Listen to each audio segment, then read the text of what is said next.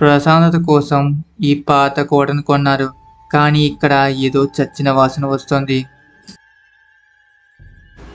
అక్కడ నిశ్శబ్దమే భయం పుట్టిస్తోంది. నీరు కూడా గడ్డకట్టించే అంత చల్లగా మారింది.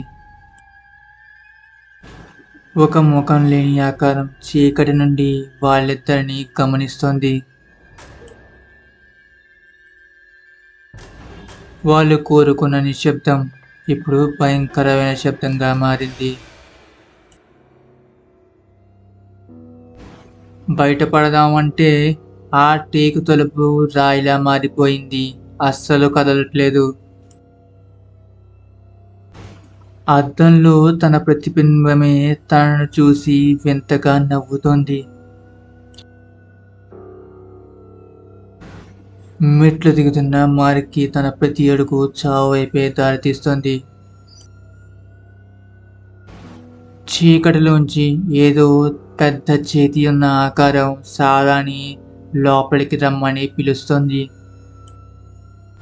మార్క్ని భయపెట్టిన నీడ చీకట్లో ఒకే క్షణంలో మాయమైపోయింది. గోడలు ఆమె కేకల్ని మింగేస్తున్నాయి. ఇక ఎవరూ కాపాడలేరు. ఆ రాక్షసుడు ఇప్పుడు వాళ్ళ మధ్యలోనే ఉన్నాడు.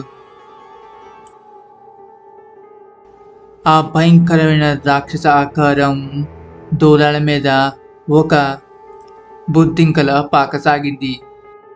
ఆ అద్దాలు ఎంత కొట్టినా పగలలేదు. కానీ ఆ ఇల్లు ఒక రకమైన జైలులా మారిపోయింది.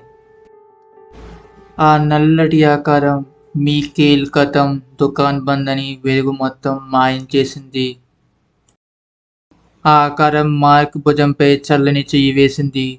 ప్రశాంతత కోసం వచ్చిన వాళ్ళని ప్రశాంతంగా దానిలోనే కలిపేసుకుంది.